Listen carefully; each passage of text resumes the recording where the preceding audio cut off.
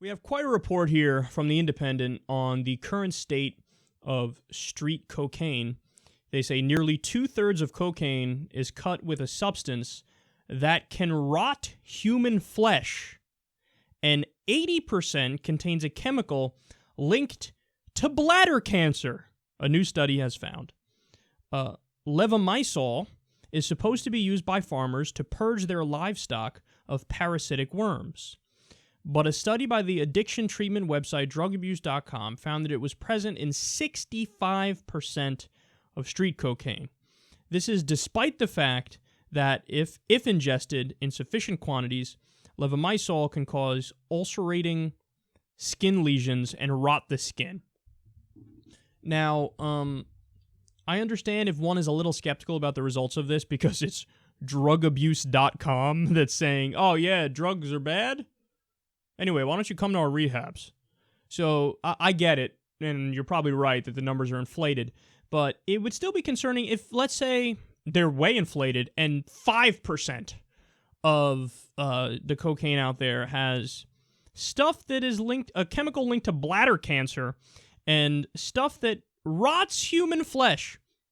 I mean, we know that's not beyond the realm of possibility. Look at Crocodile. Crocodile is the cheap heroin knockoff that, yes, the way it's made, it makes your fucking skin rot off. So it's possible, and it's out there. And the solution is the exact opposite of what many people think it is. So, I mean, look, I don't know. How can anybody read this story and go, you know, I got the answer. We should ban cocaine.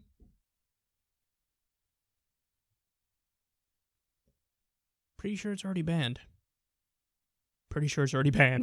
So what do you do? Well, we got to get rid of the stuff that's cut with the bad stuff. How do you do that?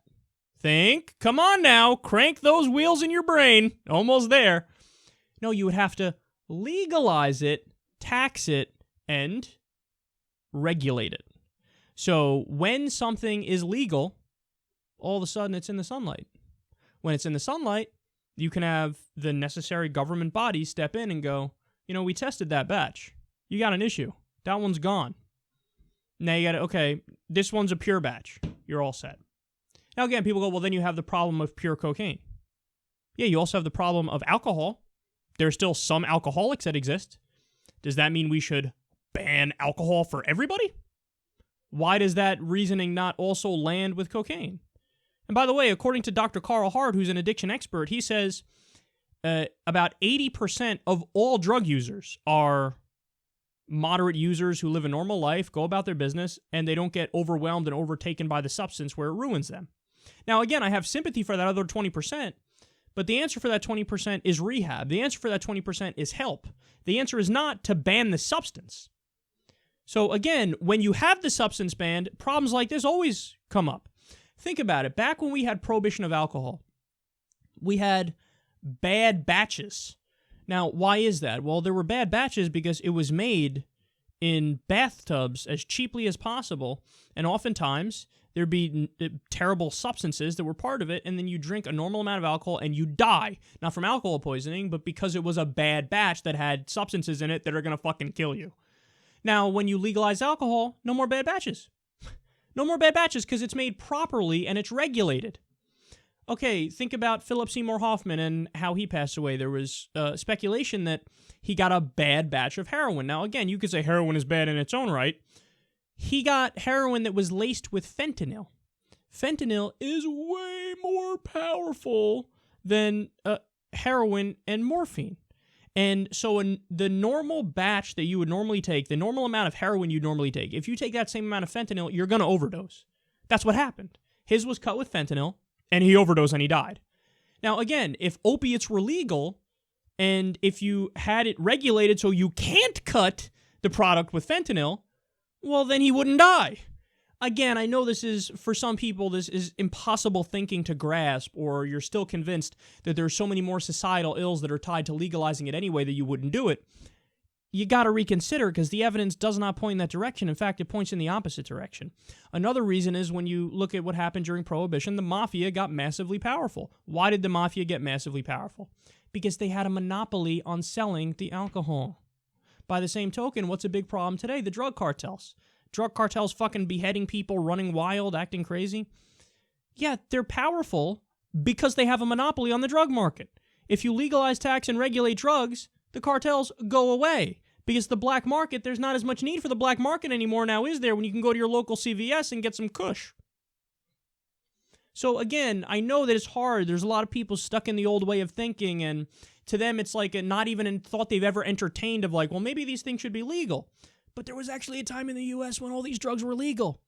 And if you look at the roots of, why they decided to make certain things illegal, it had very little to do with health, bitch. It had to do with criminalizing lifestyles of certain undesirables. So, for example, marijuana wasn't called marijuana back in the day. But they started calling it marijuana, and they associated it with Hispanic immigrants. And they thought, we got to criminalize their way of life and have an excuse to lock them up because we don't like them. So let's just, their drug of choice, banned. Weird, that they're picking on certain groups of people. Opium.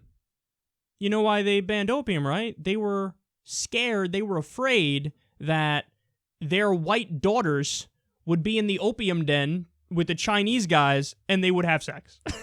So they're like, we got to ban it. We got to ban opium. We don't want our white girls hanging out with these Chinese guys because they got the opium.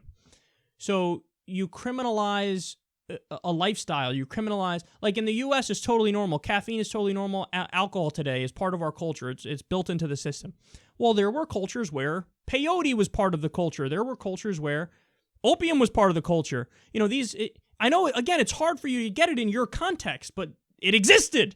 People could function, okay, and they would have problems, but the same, no more or less than the problems that we have with alcohol and people today, how some are alcoholics. Okay, you had some people back then who were addicted to opium. There was no reason to ban it, no reason. So, point is, the societal ills that are tied into drugs, most of them, not all of them, most of them go away if you legalize, tax, and regulate drugs. And I can guarantee you, one that goes away is cocaine that fucking has a chemical link to bladder cancer and cocaine that gets your skin to rot off.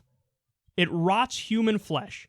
This kind of cocaine would not exist anymore if it was actually legal and regulated.